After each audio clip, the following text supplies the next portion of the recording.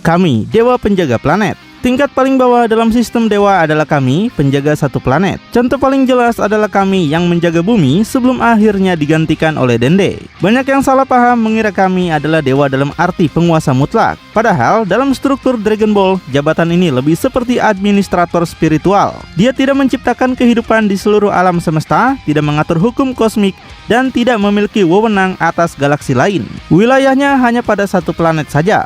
Tugas utama kami adalah menjaga keseimbangan dunia, memantau ancaman besar, serta menciptakan Dragon Ball planet tersebut. Artinya, bola naga bumi ada karena kekuatan kami. Jika dia mati, bola naga ikut menghilang. Hal ini memperlihatkan bahwa jabatan ini terikat langsung pada sistem kehidupan planet tersebut. Secara kekuatan tempur, kami bukan level tertinggi. Dalam cerita, banyak karakter melampaui kekuatannya. Namun, secara posisi kosmik, dia tetap bagian resmi dari rantai dewa. Inilah pondasi paling bawah dalam struktur ilahi Dragon Ball, Raja Yema. Raja Yema adalah penguasa dunia orang mati dalam dunia Dragon Ball. Dia bertugas menilai jiwa yang meninggal dan menentukan apakah mereka layak masuk surga atau dikirim ke neraka. Biasanya dia duduk di kursi besar di istananya, dikelilingi oleh pegawai dan pencatat jiwa. Meski tampak besar dan menakutkan, Yema bukanlah fighter utama. Kekuatannya lebih otoritas dan pengawasan alam semesta bagian kematian, bukan kekuatan tempur.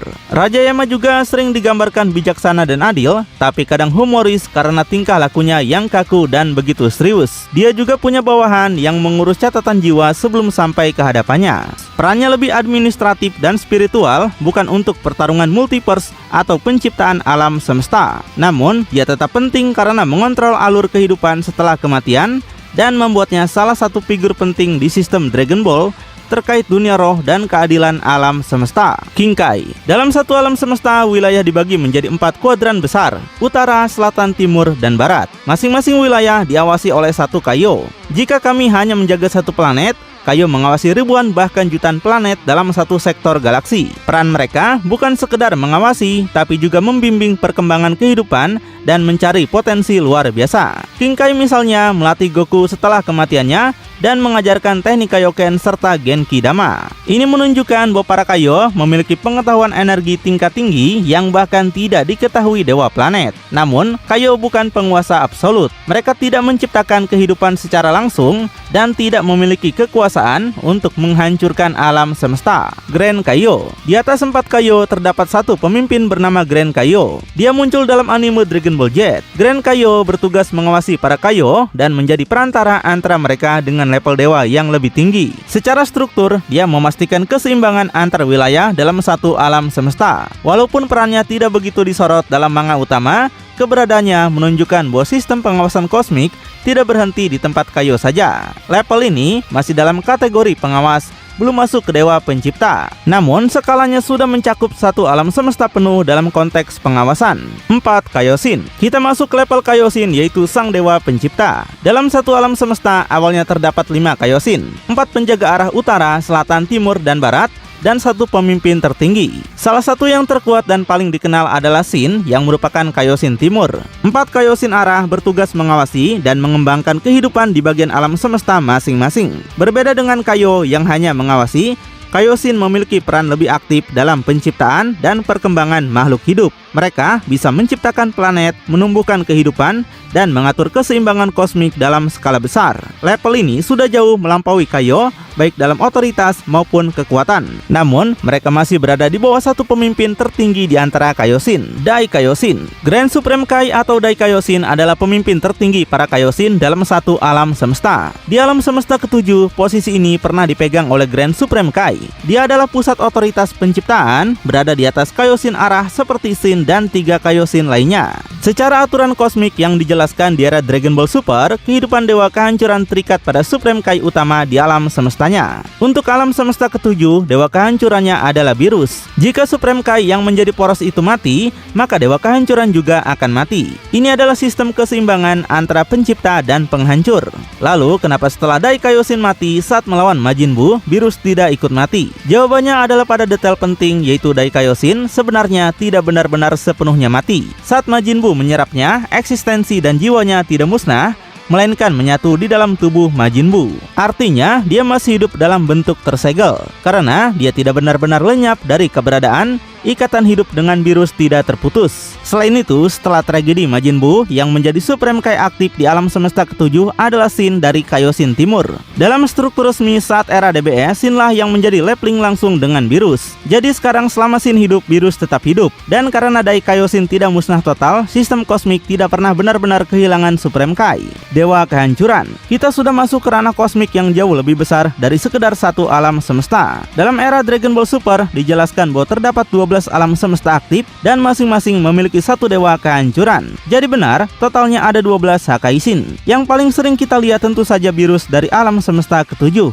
Tapi, dia bukan satu-satunya. Ada juga Champa dari alam semesta ke-6, saudara kembar virus dengan sifat yang jauh lebih emosional. Lalu, ada juga Belmont dari semesta ke-11 yang dikenal licik dan strategis. Masih ada lagi seperti Quitela dari alam semesta ke-4 dan Sidra dari alam semesta ke-9.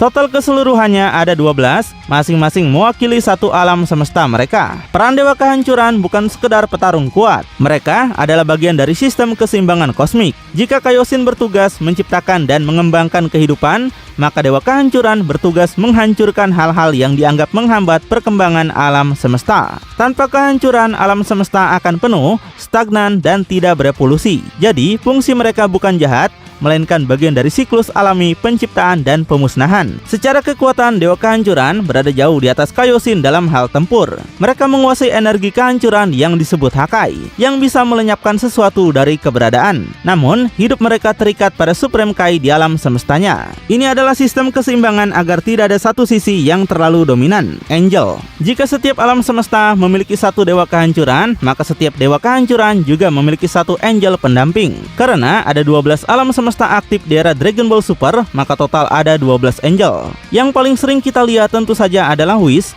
Angel dari universe ke-7 yang mendampingi Virus. Di alam semesta ke-6 ada Pados yang mendampingi Champa. Di alam semesta ke-11 ada Marcarita yang mengawal Belmont. Selain mereka ada Angel lain seperti Kusu, Mojito, Martinu, dan juga yang lainnya. Total ada 12. Peran Angel berbeda dari Dewa Kehancuran. Jika Hakaishin adalah pelaksana penghancuran, maka Angel adalah pembimbing, pelatih, dan juga pengawas. Mereka bukan bawahan biasa, tapi mentor sekaligus penjaga keseimbangan. Angel bertugas memastikan Dewa Kehancuran menjalankan fungsinya dengan benar dan tidak menyimpang dari aturan kosmik. Secara kekuatan, Angel berada di atas Dewa Kehancuran. Namun, Angel memiliki aturan ketat, yaitu mereka harus netral. Mereka tidak boleh ikut campur dalam konflik secara langsung kecuali dalam kapasitas pembimbing.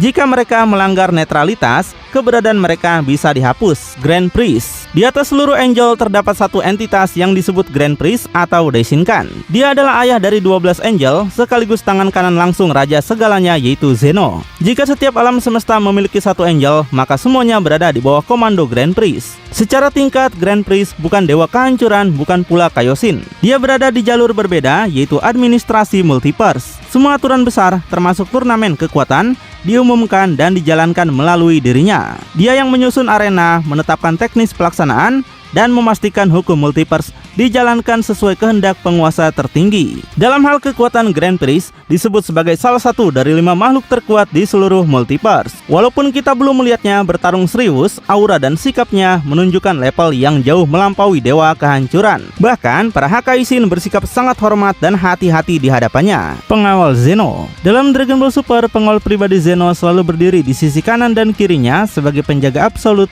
penguasa multi semesta. Secara hierarki, mereka berada sangat tinggi karena tugas mereka adalah melindungi entitas tertinggi dari seluruh realitas. Walaupun jarang berbicara dan hampir tidak pernah bertarung, aura mereka menunjukkan otoritas dan kekuatan yang luar biasa. Tidak ada Dewa Kehancuran, Kaioshin, bahkan Angel yang berani bertindak sembarangan di hadapan mereka. Namun, jika dibandingkan dengan Grand Priest, posisi resminya tidak pernah dijelaskan secara detail. Secara tingkat kekuasaan, Grand Priest adalah tangan kanan dan penasihat utama Zeno, sekaligus ayah para Angel dan sering disebut sebagai salah satu petarung terkuat di seluruh multiverse. Banyak penggemar berspekulasi bahwa dalam hal kekuatan murni, Grand Priest mungkin berada di atas pengawal Zeno. Jadi, secara otoritas langsung, pengawal Zeno sangat tinggi karena mereka menjaga Zeno, tapi dalam hierarki kosmik dan kemungkinan level kekuatan, Daishinkan kemungkinan masih berada di atas mereka. Dewa Waktu Kaioshin. Dalam seri promosi game anime Super Dragon Ball Heroes, terdapat sosok Dewa Waktu Kaioshin bernama Aios. Dia dikenal sebagai Dewa Waktu yang memiliki otoritas atas alur waktu, sejarah,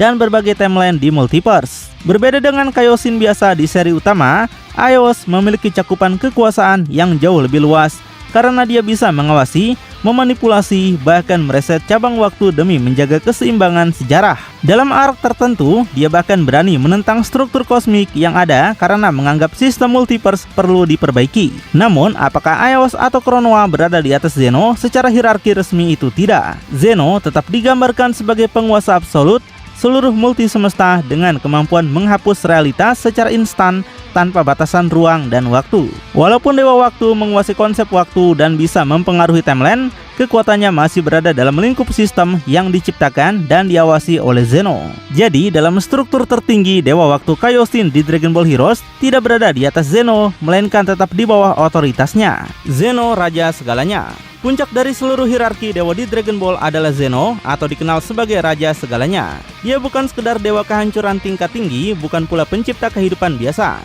Dia adalah penguasa seluruh multiverse. Jika dewa kehancuran hanya berwenang atas satu alam semesta, Zeno berwenang atas semuanya. Dalam Dragon Ball Super, dijelaskan bahwa awalnya ada 18 alam semesta, namun 6 diantaranya pernah dihapus oleh Zeno karena alasan tertentu.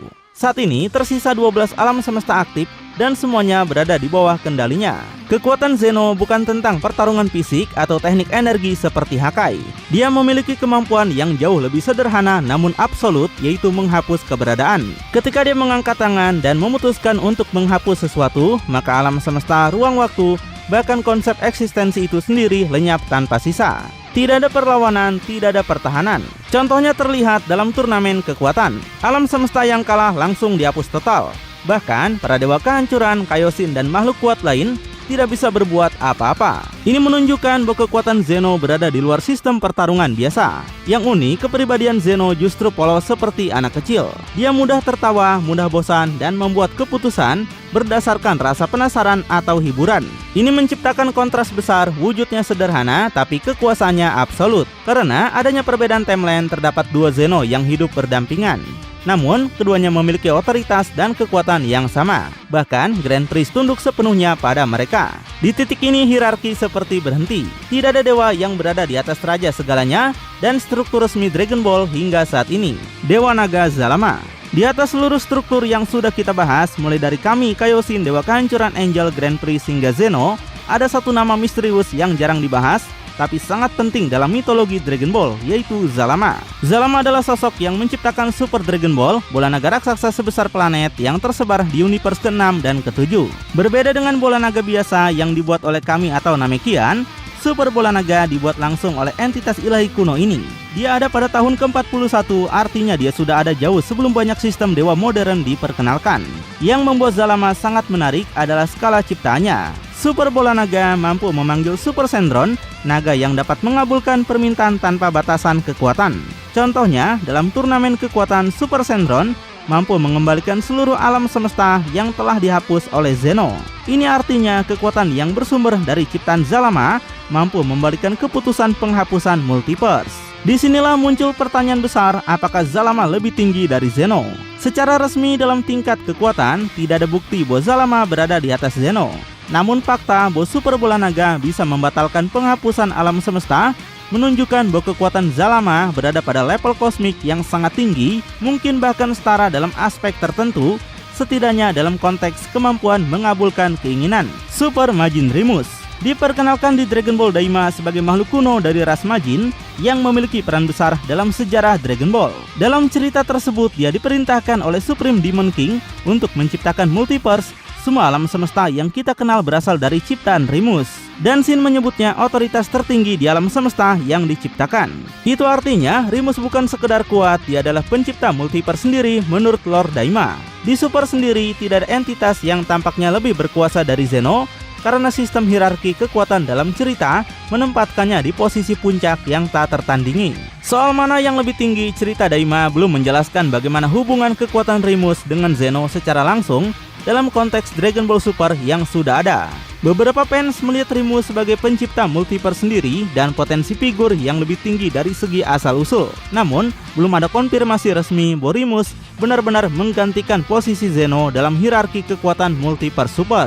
Jadi sampai cerita DB Super menjelaskannya, hubungan kekuatan mereka tetap ambigu. Tapi satu kesamaan penting yaitu Rimo seperti Kaioshin dan Zeno seperti Dewa Kehancuran. Mereka seperti saling berhubungan. Dan itulah dia semua penjelasan tentang hierarki para dewa di Dragon Ball. Jika ada yang kelewat, komen aja di bawah ya. YPB Dragon, channelnya anime masa kini.